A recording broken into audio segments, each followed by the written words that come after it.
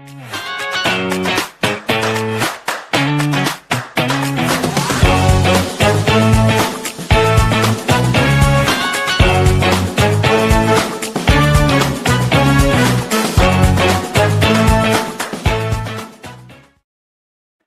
morning and welcome to another episode of Moms in Real Estate in the Morning. I'm so excited.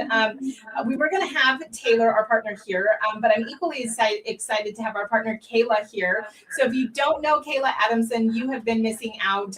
Not only is she one of our partners here at Moms in Real Estate, but I would say she's probably one of our absolute top contributors, and she's always pouring in and inspiring. And we're excited to be here together and just kind of talk all about listings this morning. Hi, Chris. Hi, thank you so much for having me. Listings are my superpower, so I'm excited to have this conversation with everyone today. Yeah, I love that. It's funny. I was actually just in my own, so Kayla and I are both still in production. And I was kind of interested because, I mean, I've always done probably 50-50. But fun fact, year to date, I've not closed on any buyers. It's been all listings.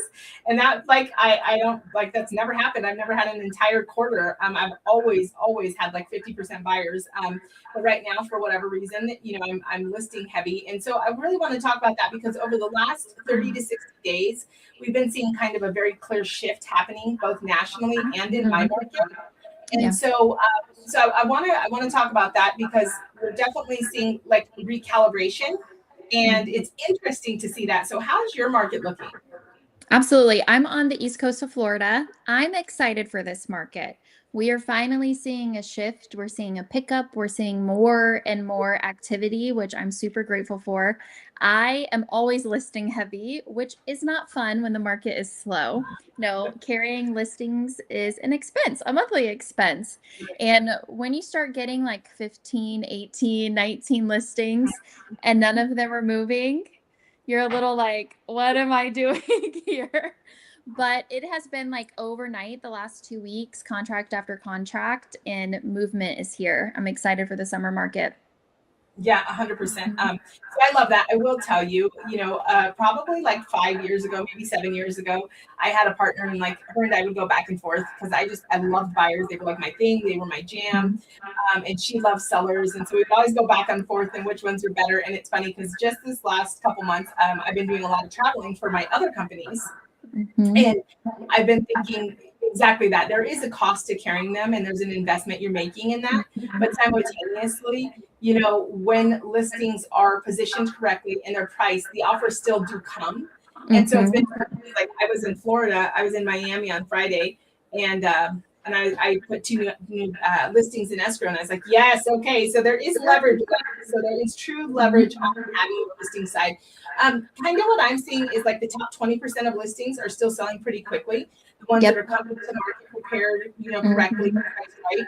And the bottom 80% are, you know, they're sitting a little bit, right? In my personal market, I think it's something like over 50%, maybe even over 58% are selling for under list. What are you seeing as far as that goes? Almost identical. We still have, which is very interesting. I was at a listing appointment yesterday, and our county has a 98.7% list to sold price ratio. So that tells us like across the board in our county, listings are still selling about 98% to list price, which is amazing. That's really good. So we say that overpricing a listing is the kiss of death in this market, but it's exciting to see that that's happening a very small percentage of time.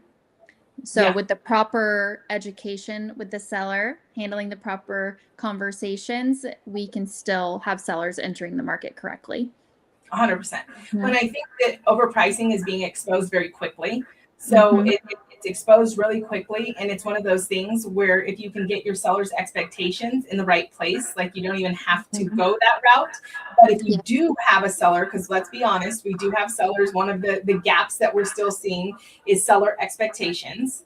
And so if you do have a seller, I was just talking to one of my agents about this, and there was a seller that just had unrealistic expectations. And I was like, okay, there's, you know, I'm not saying don't take the listing. I'm saying you have to make sure you do the right framework and the right conversation so that they understand that as soon as the market exposes that the overpricing isn't working, you already know and have your game plan for price correction, right? Oh, yeah, absolutely.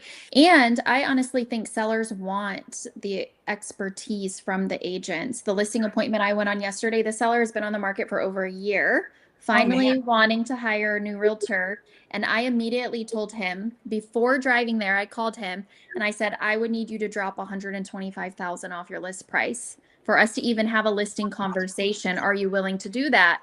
And he said, yes, you're the only agent that has positioned this before even coming. Like they don't want to be told what they want to hear anymore. They want the statistics and what's going to get their home sold. Yeah. Well, and I think that just kind of goes back to the fact that the market is not forgiving bad pricing or lazy marketing anymore, right? It's not forgiving. That's not the No. market that we're in. And so we've had like a noticeable increase of active listings, and we're seeing a little bit more competition. Of course, our median has continued to creep up. So anything under like the $600,000 mark usually still has more competition. Or is that kind of what you're saying too? Like that entry price level still has more competition? For sure, except ours is under 300. Which is wild to me. It is so wild. It is. Like you're in Florida with like sandy beaches and sunshine, and I'm looking out the window at like a mountain full of sagebrush and dust, Yeah. and that our price points. It's just wild. Like I was talking to somebody else yesterday just about Reno. Who was it? It was somebody that had, it was at a baby shower. They moved away and they bought in Las Vegas. And they were also telling me how they just bought their first home in Las Vegas at like 340,000. And I'm like, I can't, like, there are inventory at under 340,000. Like we're talking a condo or a townhouse, like, or we're talking an outlying area. We're not talking a city. So it is wild. And I think that's one thing that you need to remember when you are, serving sellers is you have to remember that there is, like if I was to look at Reno, as one market, it just doesn't work. It doesn't work. There's so many hyper local markets. And so I think it's so important to be aware. And this is another area. So I would love to hear this about your business. Are you niching down and like becoming an expert in like 3 or 4 areas, or are you still going wide? I go wide. I cover my entire county, which is about an hour each way from my house. Only because I have a micro team now. There's 5 Right. of us total. So, I have my girl who's on the north end of the county. I have my girl who likes the south end of the county. And then 3 of us are really central. So we built it very strategically to where we could have that saturation. When I was by myself, I definitely more so preferred a little bit more of a central footprint just to save my own sanity. Yeah, no, I totally get that. I think the biggest thing that you just said is like the intentionality, like you're intentionally able to do that and you have a game plan on how you do that. And so one mistake I see agents make is, and I understand where it comes from, especially as a mom. And, when I built my business in 2010, I found myself like temporarily separated. I was the sole income. I didn't know how, and I didn't just have my own kids. I thought it'd be great to adopt and to foster. And so I all of a sudden have 7 Amazing. and I'm like, I have no idea where the next, how I'm paying rent this month. And so I know firsthand like that need to like say yes and like jump into any opportunity. But I also know firsthand how quickly that can deplete you and how that can drop your margins. And so one thing I would want to share with our moms that as you're building your listing inventory, make sure you are aware of where your strengths are, and not just in geographic, but also in property types. I've made the mistake of taking a property that was out of my wheelhouse that I didn't understand. And there is so much power. And right now there's so much opportunity if you can find 2 or 3 people that are opposite of your niche and you can do referral deals together, right? Yeah, absolutely. 100%. I'm that way I'm not a luxury agent. I'll say it. I mean, you can look at my Instagram and tell I'm not a luxury agent. But, someone else on my team, Nikki, who lives in Vieira, will make her our luxury agent. It's not for me. I don't like having the conversations. I don't like the pressure. And it's absolutely not for me. Like 1.3 and under is my wheelhouse 1,000,000%. And I'm slinging like 6, 7 closings a month at 250. And that works for me. For me. And that goes back to like one of our core principles at like in building moms in real estate is like build a business that is life giving. And so it's funny, I have to chuckle a little bit because when you say that, like I get it. So I am kind of in my own way. I'm like, all right, I'll go into luxury, and by luxury I mean ranch and like big ranches and farms and farm and ranch. Be So there, I'll be there. so but I have to chuckle because Jordy, my daughter is my business partner. And the other day she was like, if you take one more land listing that we are going to profit on, I'm going to kill you. Like she's like, and so my granddaughter asked me the other day, so Maya is like heavily, in the business. She's like, Grandma, what's the least house you ever sold? And Jordy was like, let me tell you about the time Grandma took this land parcel and we had to sell it. You had to pay to sell it. Yeah, because the terms and the way it all broke down. And, once it wasn't, not even our cost of acquisition was factored in. Like it was, it was still just like we were writing a check. So I get that, like, but it's because, land excites me. And I will tell you, and so I am not by any means saying go out there and get deals that cost you. But I am that lit a fire on me when I went out and I like walked that land and I found out the history and I found out about like the first female ranchers that were in that market. I was like so freaking excited that from that point on, I was like, I knew I wanted more of that land. And so I think what you said was really powerful. Like, exactly what your wheelhouse is. And because you're so comfortable, you're probably showing. And the reason you're able to call and say, hey, listen, before I even drive out there, I need you to drop 120 grand is because you're passionate and you're confident about what you're doing. Absolutely. Yep. And you just have to have the conversations up front and know who you are, just like you're saying, and what you're comfortable with, so that you don't sound uncomfortable when you're trying to set an expectation or explain something to, because that could be sensed even over the phone. 100%. So I would say biggest seller mistakes right now is pricing based off of even early 2024 comps, right? Just for sure. Right? Yeah, overpricing and then not prepping the listing. Like the days of not needing to clean the house and make sure it doesn't stink or pre-pack half of the junk and get it out. Yeah. I create a customized market ready checklist for every single seller. I'm like, we got to get your stuff out of here. I even have my sellers change their bedding to a neutral color bedding so that the listing photos aren't distracting. You can't have like a space pattern and here's a Barbie room and here's Mario Kart. Like, no, I love your kids, but we got to minimize this. 100%. Neutralize it. So, I would agree that, and also, the testing the market price strategy, this is not the market for that. That is not. And so again, if you do have a seller out there that, and I always go over 3 price points, right? I go over our fire sell price because, every once in a while you do have somebody that's like, I need a quick sell for whatever. Cause on the flip side, I am seeing a few more distressed properties and I'm currently running 4 short sales. And so sometimes those have a different, there's a different reasoning. And then I kind of have that target price where it's my high, our highly suggested price based off of multiple factors. And then our stretch. And 9 times out of 10, I tell them this isn't the market for the stretch. But if we have somebody that's absolutely adamant, or if you have a unique situation, like I have a property that we just listed, that the stretch was for a retail buyer, but the odds were that we knew the offers would come in from the investors and would be more in the target space. And so like, do you want to wait to see if we get that retail buyer? And in this case, it worked out and they did. But I think the biggest thing is if you're going to do that, make sure you have a plan because this is not the market to chase it down. And so you cannot wait to and you don't want to have like a bunch of small little adjustments. You want to have strategic. So I told one of my agents the other day, I gave her the exact verbiage and I was like, okay, tell them if you take this at this price, this is exactly what you're doing 15 days and 30 days from now. And get them to sign off in advance on those reductions. Yes. So it's a new conversation, right? Yeah, 1,000,000%. And just like you said, we do chunky price drops. We're not going to do 3,000, 5,000, 2,500.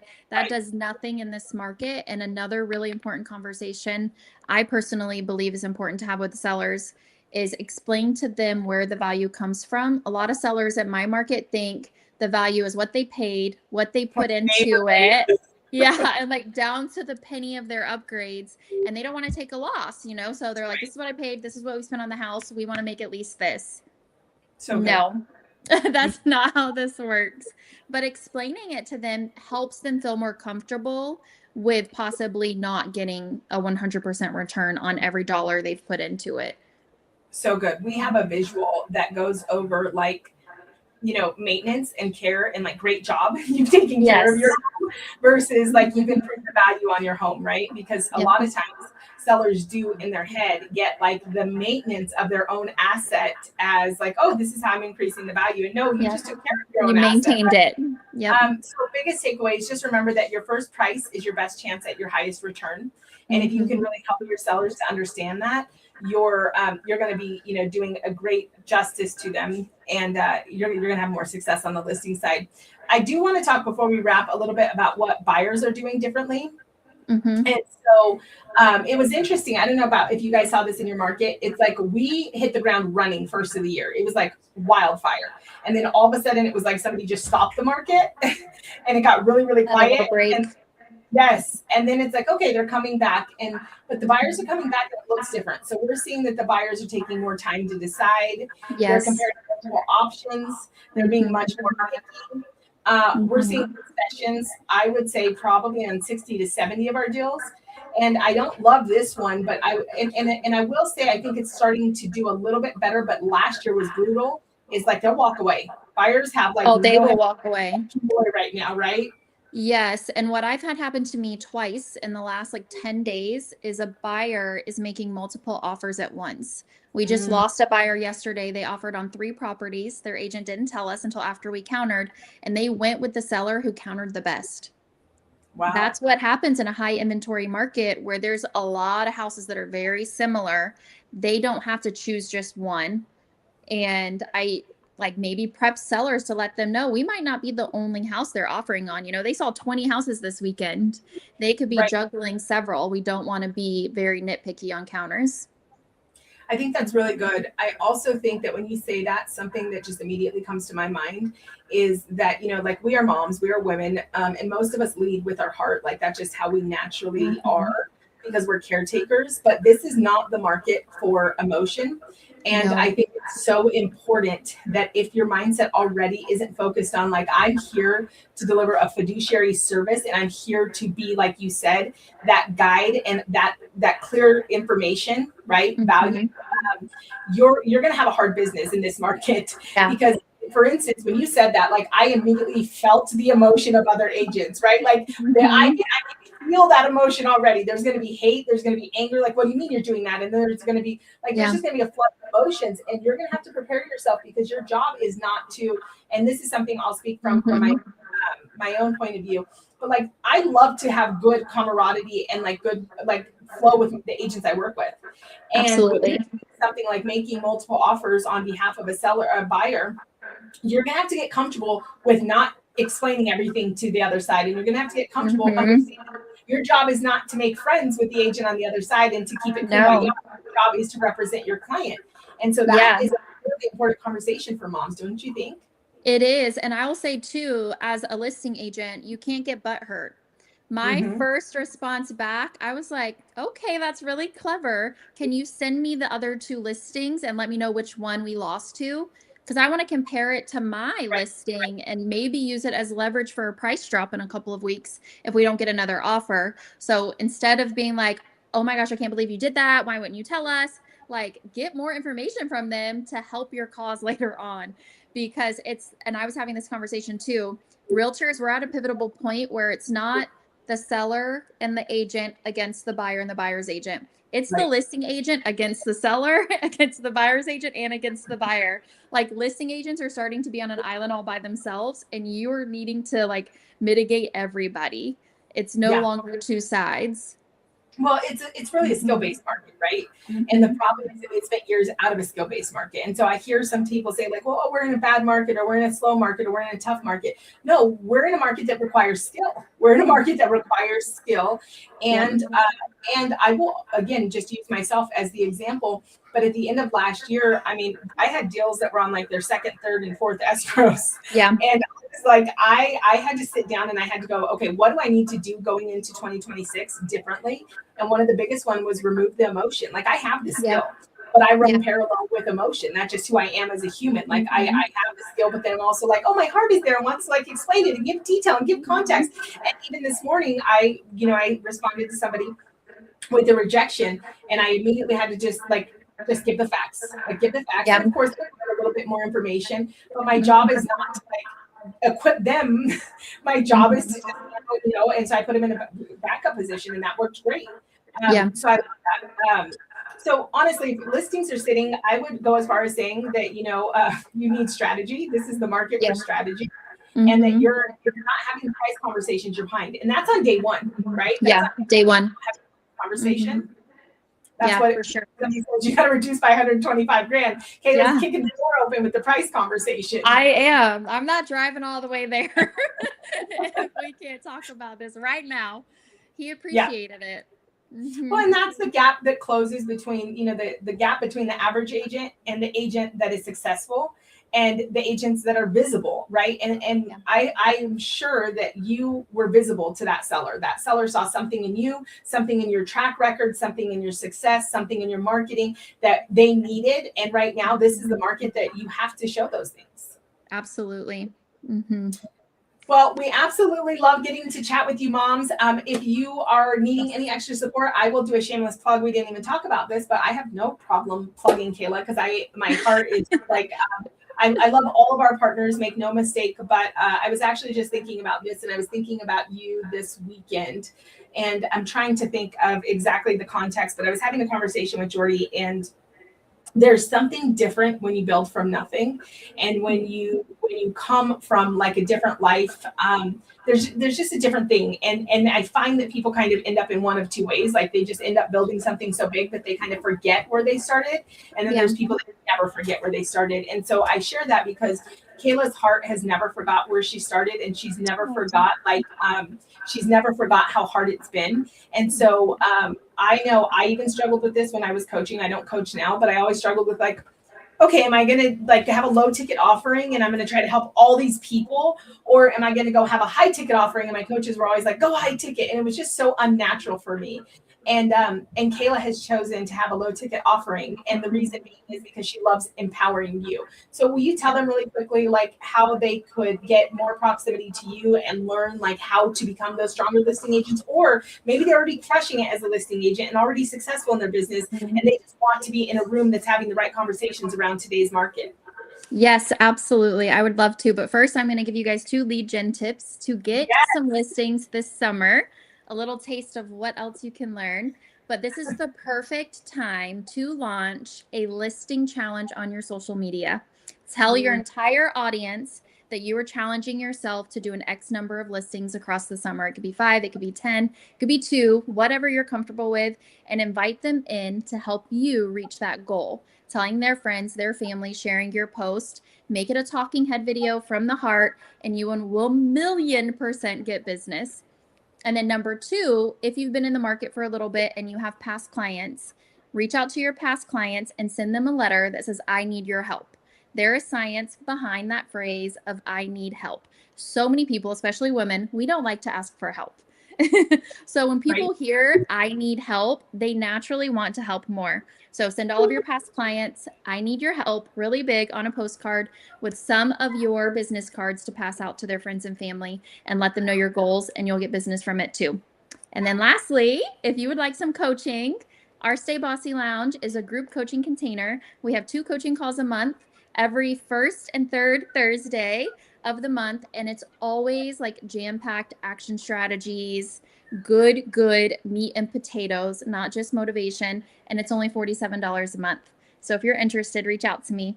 That's my Instagram handle right there. Yes, it is so wild. And I love this, and I love that we just get to create this space. So thank you for all that you do to pour into Moms in Real Estate. We love being in business with you, and we also love being partnered with you at Real. So we love all the things, and I can't wait to see your face soon. I will get are you coming to Rise in October? I am, and I'm staying a few days before and a few days after. So we are going to have a Moms in Real Estate meetup. So broker agnostic, doesn't matter what brokerage you're at. Stay tuned. We have one coming up. We're doing a moms. We're currently doing a Moms in Real Estate city series. We just did Florida last week in Miami. That was amazing. And then we have Cincinnati and Phoenix coming up, and then we'll have Vegas coming up. So can't wait to see all you ladies in real life. And Kayla, thank you so much, friend, for jumping on here with me today. Have a good week, guys. Bye.